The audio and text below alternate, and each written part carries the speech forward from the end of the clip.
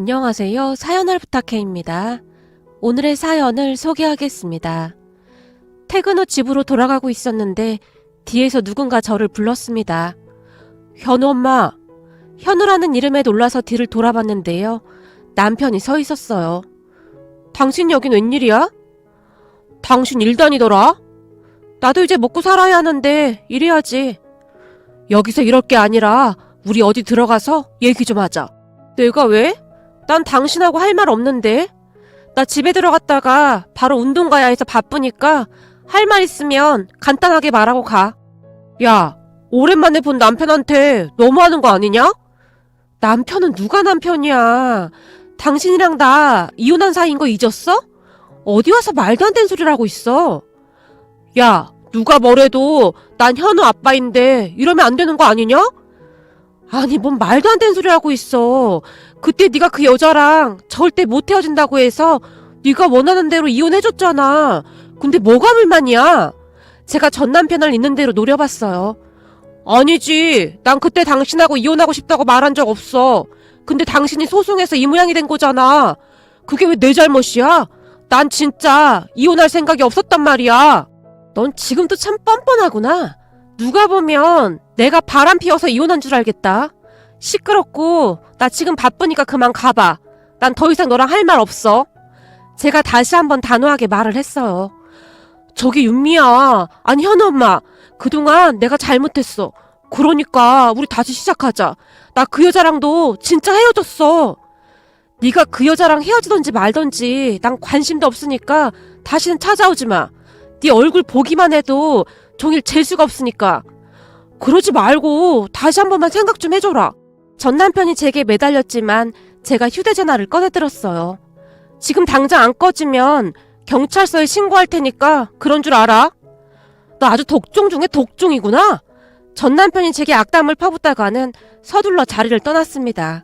그런 전 남편의 모습을 보며 치밀어 오르는 화를 간신히 억눌러야만 했어요.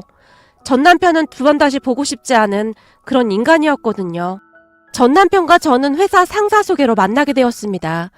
평소 저를 좋게 보았던 회사 부장님께서 제게 친구 아들과 만나보라고 부탁 아닌 부탁을 하셨거든요. 그동안 부장님이 워낙 많이 도와주셨기에 저도 예의상 몇 번 만나봐야겠다는 생각으로 처음에는 별 생각 없이 소개팅 자리에 나갔습니다.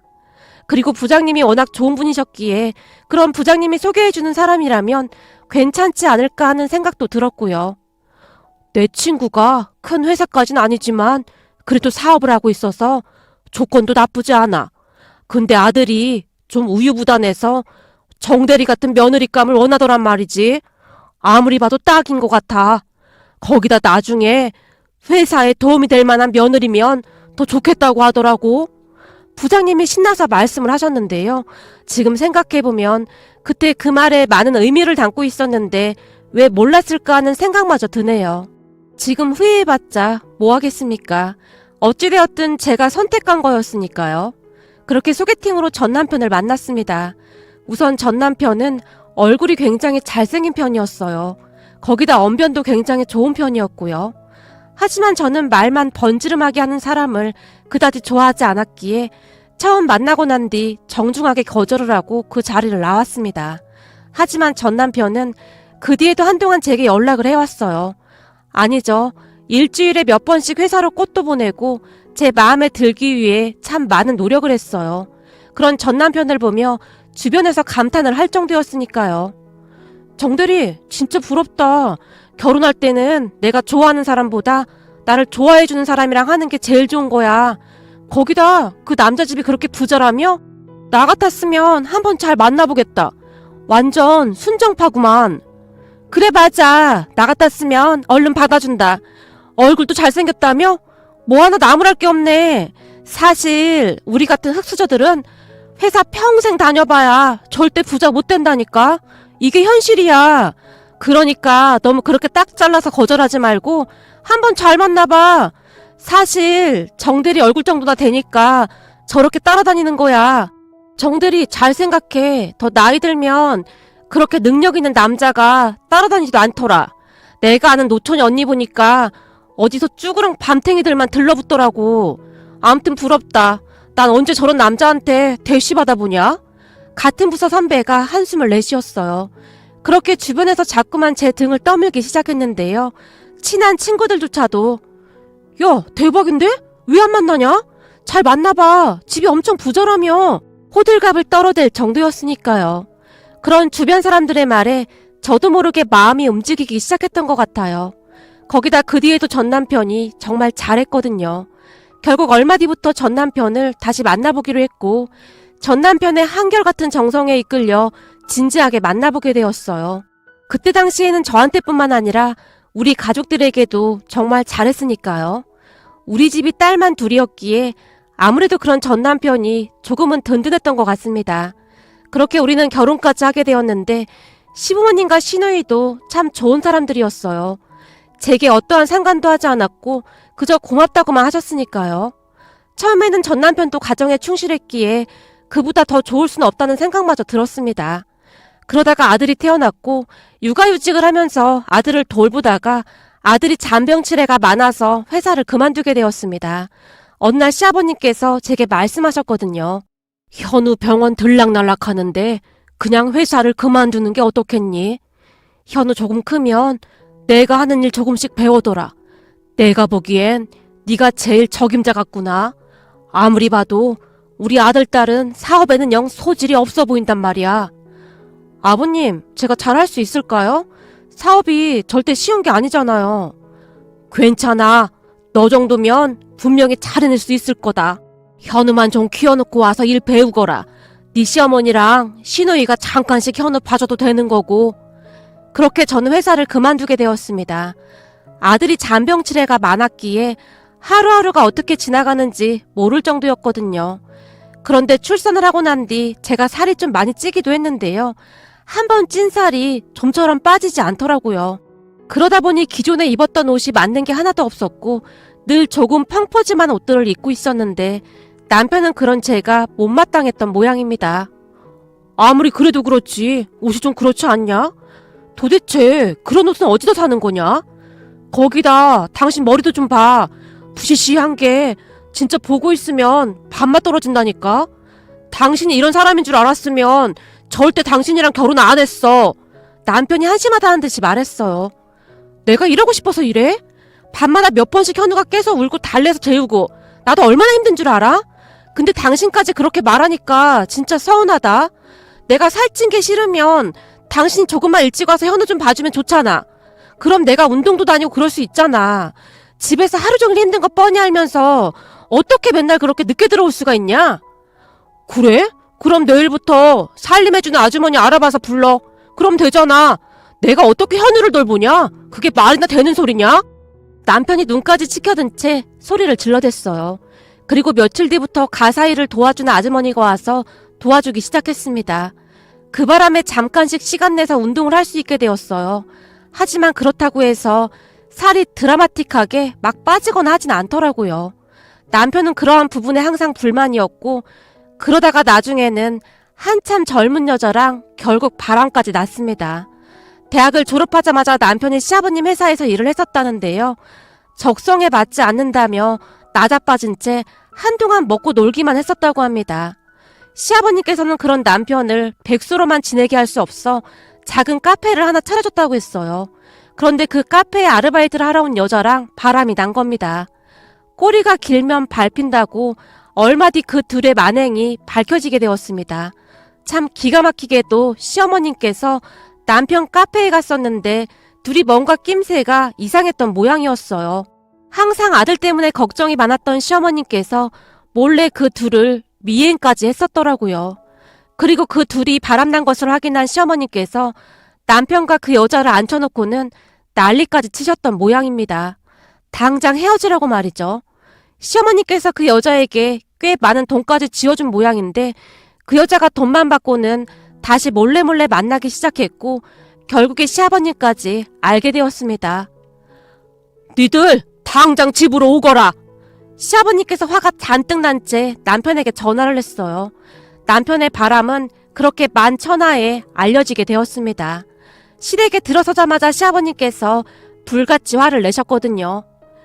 이놈의 자식이 이제 하다 바람을 피워? 내가 그동안 네 놈이 못마땅했지만 그래도 결혼해서 잘 사는 것 같길래 정신 차렸나 보다 하고 있었더니 우리 며느리를 두고 네가 바람을 피워? 엄마, 아빠한테 말 안 한다고 했잖아. 그때 네가 잘 정리만 했으면 내가 말 안 했지. 근데 너 그 여자랑 지금도 만나고 있더라. 내가 그때 너한테 경고했었잖아. 또다시 문제 일으키면 절대 가만 안 둔다고. 지금까지는 내가 꾹 참고 있었는데 우리 며느리한테 미안해서 도저히 안 되겠구나. 시어머님이 남편을 노려봤어요. 그리고 저는 이게 무슨 상황인가 넋을 놓고 있었는데요. 그래서 넌 어떻게 할 거야? 아빠, 화내지 말고 잘 들어봐. 내가 수정이랑 헤어지려고 노력했었는데 도저히 안 되겠는걸. 어쩌겠어. 근데 나 진짜 노력 많이 했어. 난 우리 아내도 사랑하고 수정이도 사랑해. 야, 이런 정신 나간 놈아. 지금 그걸 말이라고 해? 알고 보니 우리가 그동안 또라이를 키웠어. 이런 정신 나간 놈을 봤나. 우리가 그때 그러지 말아야 했어. 시아버님의 입에서 막말까지 새어나왔습니다. 그럼 넌 네 처랑도 같이 살고 그 여자랑도 계속 만나겠다 이 말인 거냐? 역시 아빠는 남자라 그런지 내 마음을 이해하는구나. 내가 수정이한테 얘기해봤는데 이혼 안 해도 된다고 했거든. 그러니까 그냥 이대로 살면서 가정에 소홀하지 않는 선에서 수정이 만날게. 그러면 괜찮은 거잖아. 당신 정말 구제불능이구나. 그게 지금 제정신인 사람이 할 말이야? 당신은 워낙 똑똑한 사람이니까 우리 아들만 두고 못 나갈 거고 엄마 아빠도 우리 집사람 없으면 안 되잖아? 남편의 입에서 말 같지도 않은 논리들이 새어나왔습니다. 내가 하도 어이가 없어서 지금 무슨 말을 해야 할지 모르겠는데 우리 아들은 내가 데려가면 그만이야. 네가 바람 피워서 이혼하는 건데 내가 왜 아들을 두고 나가냐? 너 정신이 어떻게 된 거 아니냐? 제가 남편에게 소리를 질렀어요. 그럼 한번 소송해보던지. 난 절대 우리 아들 너한테 못 보내. 우리 부모님도 마찬가지일걸? 하나밖에 없는 손주를 너한테 보내겠냐? 네가 돈이 있냐 뭐가 있냐? 소송해봤자 너만 불리해. 난 우리 아들 절대 두고 못 나가. 내가 왜 그래야 해? 잘못은 당신이 한 건데. 그러니까 이혼하지 말고 그냥 이대로 살자고. 내가 최대한 가정에 소홀하지 않도록 노력하면 되잖아. 나한테는 당신도 필요하고 수정이도 필요하단 말이야. 남편이 또다시 말도 안 되는 궤변을 늘어놓기 시작했습니다. 야, 이 삐리리 자식아. 우린 너 없는 셈 칠 테니까 당장 나가. 넌 오늘부터 우리 호적에서 파버릴 테니까 그런 줄 알아. 그렇게 남편은 시댁에서 쫓겨났습니다. 그 뒤에 어마어마한 일이 일어났는데요. 어느 날 시부모님께서 집에 찾아오셨습니다. 잘 듣거라. 우리가 변호사 선임해 줄 테니까 무슨 일이 있어도 우리 손주 데리고 이혼하거라. 그동안 네 시어머니가 사진이랑도 다 찍어놨고 그 인간이 하는 말 녹음까지 다 해놨더구나. 네? 아버님, 그게 무슨 말씀이세요? 그때까지 시부모님의 말이 이해가 되지 않았기에 제가 놀란 채 바라만 보고 있었는데요. 무슨 말이긴 무슨 말이야. 그동안 우리도 참 많이 참았다. 사고를 치고 다녀도 자식이니까 그냥 꾹 참아 넘겼었는데 지금에 와서 생각해보면 그러지 말았어야 했다. 이게 다 자식 잘못 키운 우리 잘못이다. 시부모님의 얼굴에서 비장함마저 느껴졌습니다. 니들 이혼하고 나서 우리도 정리할 거 정리를 해야겠구나. 이렇게 살다가는 죽도 밥도 안 될 것 같아. 결혼해서 애 낳고 살면 바뀔 줄 알았는데 그게 아니었어. 아니, 어떻게 바람을 피워놓고도 저렇게 당당할 수가 있어? 저런 미친 것들은 드라마에서만 있는 줄 알았더니 내 아들이 이 정도로 또라이인 줄 진짜 몰랐구나. 시아버님께서 머리까지 감싸 안으신 채 긴 한숨을 내쉬었어요. 어찌되었든 이렇게 된 건 너한테 정말 미안하구나. 우리가 할 말이 없다. 시어머님께서도 고개를 푹 숙이셨어요. 그리고 우리 부부는 진흙탕 싸움에 들어갔습니다. 남편이 절대 이혼을 할 수 없다며 난리를 쳤거든요. 결국 남편이 시부모님께 쫓아가서 정말이지 생쇼를 했다고 하는데요. 언니, 말도 마요. 오늘 우리 집 완전 뒤집어졌어요. 오빠가 안 나가고 버텨서 아빠가 경찰에 신고까지 했어요. 엄마 아빠가 오빠 호적에서 파버린다고 지금 난리도 아니에요. 네? 경찰에 신고까지 하셨다고요? 그렇다니까요. 엄마 아빠가 그렇게 화낸 건 저도 처음 봤어요. 오빠도 황당했던지 경찰차 소리 들리자마자 도망갔어요. 신우이가 제게 집안에서 일어나는 상황을 다 말해주고 있었기에 무슨 일이 일어나는지 다 알 수가 있었어요. 다행인 것인지 잘 모르겠으나 시부모님께서 적극적으로 제 편이 되어주셨기에 남편과의 소송에서 제가 아들을 데리고 올 수가 있었습니다. 하지만 앞으로 일어날 일에 비해 그동안의 일들은 아무것도 아니었는데요. 전 남편과 이혼하자마자 시부모님이 제게 다시 찾아오셨거든요. 이제부터 우리 회사에 와서 일 배우거라. 네? 아버님, 그 일랑 저 이혼했잖아요. 근데 그게 무슨 말씀이세요? 니들 이혼하는 순간 기범이는 우리 자식이라고 생각하지 않기로 했다. 지금까지 사고치고 다닌 것만 해도 어마어마한데 그동안 꾹 참고 살았던 거야.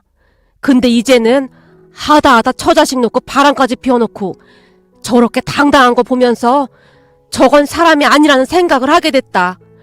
부모가 자식을 포기하면 안 되는 건데 말이다. 이렇게 계속 두면 기범이 그놈이 우리 집 다 말아먹을 게 분명해. 난 우리 집 가장이다. 내 가족들은 내가 지켜야 하지 않겠냐? 그리고 비록 이혼했지만 넌 우리 가족이야. 우리 손주랑 너도 내가 지켜낼 거야. 아버님, 아무리 그래도 이혼한 며느리가 아버님 회사 들어가서 일 배운다고 하면 이건 누가 봐도 말도 안 되는 일이에요. 저도 별로 내키지 않습니다. 내키지 않긴 뭐가 내키지 않아. 앞으로 네가 우리 딸 하면 되는 거 아니겠니? 혹시 기범이 때문에 그런 거라면 걱정하지 말거라. 기범이는 곧 우리 호적에서 파버릴 거니까. 네? 호적에서 판다고요? 아무리 그래도 자식을 어떻게 호적에서 파요? 그게 가능한 거예요? 놀란 제가 시부모님을 둘러보았습니다. 그런데 그 순간 시어머님께서 놀라운 말을 하기 시작하셨어요. 사실은 네 남편 우리가 낳은 자식이 아니야. 네? 그게 무슨 말씀이세요? 그렇게 시어머님께서 그동안의 일을 설명하기 시작했습니다. 장남이었던 시부모님은 결혼하고 계속해서 아이가 생기지 않았다고 합니다. 하지만 언젠가는 생기겠지 하는 마음으로 계속 기다렸다고 하는데요. 시간만 흘러갈 뿐 아무리 기다려도 아이 소식은 없었다고 합니다. 그러던 어느 날 시할머님께서 시부모님과 작은아버님 부부를 같이 불렀다고 하네요. 니들이 장남인데 애가 안 생기니 걱정이 아주 태산이야. 그래서 말인데 니들 서운하게 생각하지 말고 잘 들어보거라. 작은애 니들은 지금 자식이 넷이나 되지 않니? 근데 형편이 어려워서 힘들어하고 있고 우리 생각에는 큰애가 한 명 데려가서 키우는 게 어떨까 싶다. 막 그렇게 하라고 강요하는 건 아니야. 모든 선택은 니들이 하면 되는 거야. 근데 작은애 형편이 워낙 안 좋으니까 그게 좋지 않을까 싶다만. 시할머니께서 가족들에게 간곡하게 말씀하셨다는데요. 전 그렇게 할래요. 형님네라면 우리보다 더 잘 키울 수 있을 거예요. 형님네만 원한다면 우리 아들 형님이 잘 좀 키워주세요. 작은 어머님께서 단숨에 말씀하셨다네요. 그런 작은 어머님을 보며 시어머님이 놀란 채 물었다는데요. 동서 진짜 괜찮겠어? 아무리 그래도 동서가 낳은 자식인데 그럴 수 있겠어? 우린 괜찮으니까 그렇게 급하게 대답하지 않아도 돼. 아니에요, 형님. 형님도 한번 보세요. 아빠란 인간은 허구한 날 술만 퍼먹고 다니고 제가 벌어서 먹고 살잖아요. 자식들이 뭘 배우면서 자라겠어요. 차라리 형님이나 아주버님 같은 바른 분들 밑에서 곱게 잘 자라는 게 낫습니다. 내 배 아파 낳은 자식이 어찌 귀하지 않겠습니까? 귀하기 때문에 형님한테 더 보내려고 하는 겁니다. 어머님도 그래서 물어보신 거잖아요. 형님, 형님이 잘 키워주세요. 저는 형님만 믿을게요. 능력도 없는 부모 만나서 고생하는 우리 아들 잘 좀 부탁드려요. 작은 어머님께서 시어머님의 손까지 붙들고 눈물까지 뚝뚝 흘렸다고 합니다. 그렇게 전 남편이 큰아버지 부부였던 지금의 시부모님께 입양되었답니다. 하지만 그 사실을 아는 사람은 많지 않았다고 하는데요. 워낙 어렸을 때 입양을 했었기에 다들 잘 모르고 있었다고 합니다. 거기다 작은아버님 부부조차도 입을 굳게 닫은 채 절대로 어떠한 말도 하지 않았다고 하니까요. 평생을 술로 보낸 작은아버님조차도 그 일만은 절대 언급조차 하지 않았다고 합니다. 그랬으니 남편은 입양되었다는 사실조차 모르고 있었다고 하네요. 그런데 남편을 입양하고 그렇게 생기지 않던 시누이가 태어났기에 시부모님은 남편을 정말 예뻐했다고 했어요. 시누이가 태어난 것이 모두 남편 덕분이라고 생각할 정도였다고 했으니까요. 그런데 성장하면서 계속 엇나가기 시작했다는데 남편의 잘생긴 얼굴이 항상 문제였다고 합니다. 대학 때부터 여자 문제로 끊임없이 속을 썩였다고 하니까요. 계절마다 여자친구가 바뀌었고 어느 날은 대학 3학년 때인가 한 여대생이 문 앞에서 울고불고 난리도 아니었다고 하는데 그런 일이 한두 번이 아니었다고 합니다. 물론 그보다 더 엄청난 일도 많았다고 하는데 차마 이곳에 다 작성할 수가 없을 정도랍니다. 거기다 남편은 여자 문제뿐만 아니라 금전적인 사고도 참 많이 치고 다녔다고 했어요. 그랬으니 시아버님께서는 아주 오래전부터 남편에게 사업을 물려주지 않겠다고 다짐까지 했을 정도였어요. 그러던 어느 날 남편이 저와 결혼을 하겠다고 소개를 시켰다고 합니다. 저를 본 시부모님의 걱정도 한결 나아졌다는데요. 시아버님은 아들이 아닌 제게 사업을 물려줄 생각을 이미 오래전부터 하고 계셨다고 했습니다. 우리 손주를 위해서도 그게 최선인 것 같다. 우리가 얼마 전에 동생 부부를 만나고 왔는데 동생 부부도 아들이 그리 사고만 치고 다니는 거 다 알기에 알았다고 하더구나. 그놈 하나 때문에 멀쩡한 가족들이 다 나잘빠질 순 없는 노릇 아니겠냐? 그리고 그동안 우리도 할 만큼 했다. 지금껏 갖다 쓴 돈만 해도 어마어마해. 그러니까 우리가 하자는 대로 하자꾸나. 와서 일 배우거라. 그렇게 시부모님은 변호사를 통해 파양 절차를 진행하기 시작했어요. 지금까지 남편의 만행들을 증거로 법원에 제출했다고 했으니까요. 그리고 저는 시부모님 회사에서 현재 업무를 배우고 있습니다. 아마도 시부모님께서는 당신의 손주만은 지키고 싶어서 그러지 않았을까 싶습니다. 물론 굳이 파양을 하지 않아도 재산을 증여할 때 남편에게는 한 푼도 줄 생각이 없다고 했지만 호적상 아들로 있게 되면 나중에 남편이 유류분 반환 청구 소송을 할 수가 있다면서 파양 절차를 진행하게 되었다고 했습니다. 그 사실을 한 남편이 방방 뛰고 시댁에 찾아오고 난리가 났었지만 시부모님께서는 독하리만큼 남편을 쫓아냈습니다. 사람 고쳐 쓰는 거 아니라고 했다. 우리가 그동안 너한테 그렇게나 기회를 줬었는데 정신 못 차린 건 네 놈이야. 내가 들어보니 그 여자 임신까지 했다며? 그 여자가 너 같은 놈한테 왜 달라붙어 있는지 잘 생각해봐 이놈아. 네가 돈이 없어도 그 여자가 네 곁에 있을 것 같아? 시아버님께서 남편을 가차없이 내쫓아버렸습니다. 그 뒤 남편의 인생은 나락으로 떨어지기 시작했습니다. 그래도 카페를 운영하고 있었으니 한동안은 그냥저냥 먹고 살만 했던 것 같은데요. 그 성격의 카페 운영을 제대로 할 리가 만무했겠죠. 카페를 아르바이트한테 맡기고 그 여자와 룰루랄라 놀러다니기 바빴던 모양입니다. 그 여자 임신기념으로 하와이로 여행을 간다 뭐한다 아주 난리가 났었더라고요. 카페에서 일하던 알바도 사장이 없으니 현금 받은 건 전부 뒷주머니로 챙긴 모양인데 테이블마다 알바 친구들이 와서 하루 종일 죽치고 놀고 있었다는데 손님들 앉을 자리도 없었다고 하니 말 다 한 거겠죠. 그러다가 전 남편은 진짜로 카페 임대료도 내지 못할 정도로 많이 힘들어졌다고 합니다. 그렇게 전 남편이 돈이 떨어지자마자 그 여자가 단숨에 돌변을 했다는데요. 가서 니네 부모님한테 돈 받아와. 난 이렇게 못 살아. 라며 달달 볶아댄 모양이더라고요. 하지만 시부모님께서 전 남편과 말도 섞지 않고 내쫓아버렸답니다. 그렇게 시간이 얼마나 흘렀을까요? 시부모님이 만나주지 않자 전 남편이 시누이를 따로 찾아간 모양이었어요. 나 정신 차렸으니까 네가 엄마 아빠한테 말 좀 잘해줘. 나 그 여자랑도 헤어졌어. 난 모르는 일이고 오빠랑 우리 가족 이제 남남이야. 그러니까 찾지 않는 게 좋을 거야. 괜히 험한 꼴 당하지 말고. 그 여자 딸까지 낳았다고 아주 난리더만. 왜 이래? 딸까지 했는데 또 헤어진 거야? 참 대단하다 대단해. 그게 아니라니까. 나 완전 사기당한 거라니까. 알고 보니 그 미친 엑스가 내 돈 보고 들러붙어 있었던 거야. 그 딸도 내 딸이 아니래. 그 딸 아빠가 따로 있더라니까. 그놈이랑 짜고 내 돈 뒤로 빼돌린 거란 말이야. 나도 진짜 억울해. 사기당한 거라니까. 네 새언니 어차피 지금 혼자잖아. 내가 우리 아들 아빠인 거고. 그러니까 나만 돌아가면 다 제자리로 돌아가는 거잖아.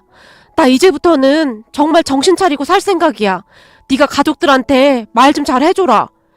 난 모르겠으니까 다시는 연락하지 마. 신우이가 급히 전 남편을 피해 달아나듯 나왔다고 하네요. 그렇게 가족들 모두가 등을 돌려버리니 어쩔 수 없이 저를 찾아온 듯 했습니다. 전 남편이 저를 찾아왔다는 소리를 듣고 시아버님이 전 남편에게 전화를 해서 고래고래 소리를 지르고 난리가 났었는데요. 너 다시 한 번만 현우 엄마 찾아가면 바로 경찰에 신고해서 접근 금지인가 뭔가 그거 신청할 테니까 그런 줄 알아! 라며 노발대발 하셨거든요.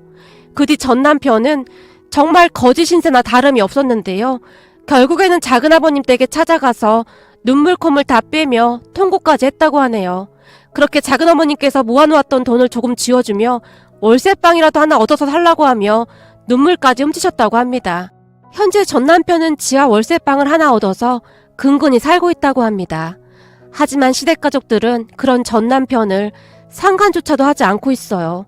그동안 얼마나 많은 사고를 치고 다녔으면 이렇게까지 하는 것인지 대단하다는 생각만 드네요. 어느 날 제가 시부모님께 제가 이렇게 아버님 일 배워도 되는 건지 모르겠어요. 라는 말을 한 적이 있었는데요. 우리가 겪어보니 절대 사람 변하지 않더구나. 지금은 살기 힘들어서 반성한다고 하지만 저거 얼마 안 가서 병이 또 도질 인간이야. 그동안 우리도 참을 만큼 참았어. 그놈 대학 다닐 때 사귀던 여자 부모 앞에서 내가 무릎까지 꿇었어. 난 한 집안의 가장이잖니. 우리 가족은 내가 지켜야겠구나. 시아버님께서 단호하게 말씀하셨습니다. 그 뒤 우리 가족은 잘 지내고 있습니다. 시부모님은 저를 그냥 딸처럼 대하고 있어요. 다들 전 남편 소식은 궁금해하지도 않고 있답니다. 들리는 소문으로는 땅을 치고 후회하고 있다고 하더라고요.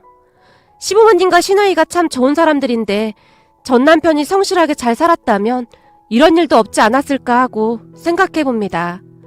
오늘의 사연은 여기까지였습니다. 즐겁게 보셨다면 구독, 좋아요 부탁드립니다. 고맙습니다.